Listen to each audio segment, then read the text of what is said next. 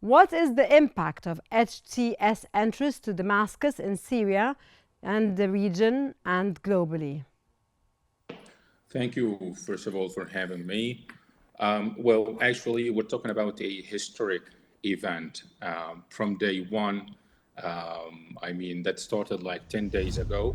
It's a historic event. It has been proceeding with an unprecedented pace. But historic here is not necessarily used in a purely positive sense to everyone involved. As you must know, and as everyone with the slightest interest in Syrian affairs knows, Syria has always been a diverse society in terms of almost everything, including basically ethnicity and faith. So, if we concede to this fact of long established diversity, one may very well expect equally varied ways of receiving those news. So, such takeover on the mass does not necessarily augur ill or augur well. It all depends on how it will unfold in the very near future. But I'd like also to highlight the fact that despite those differences in taking up such a news and digesting them, one feeling, I believe, remains common among everyone involved, regardless of any affiliative consideration, which is bracing for the future. Nobody knows what is going to happen in the very near future.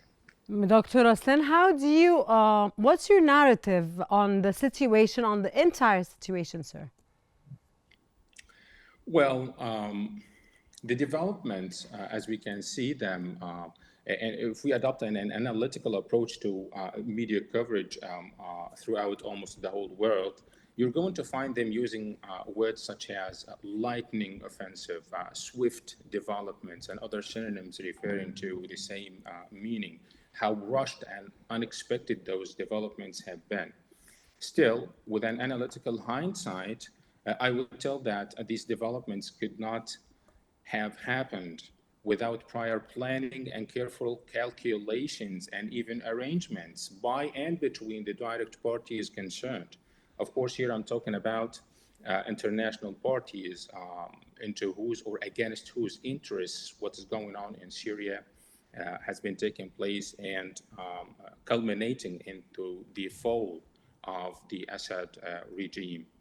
Oh, What lies ahead for post-Assad Syria remains the most pressing concern to everyone. Regretfully, it seems that this is not a decision in the hands of the Syrian people only.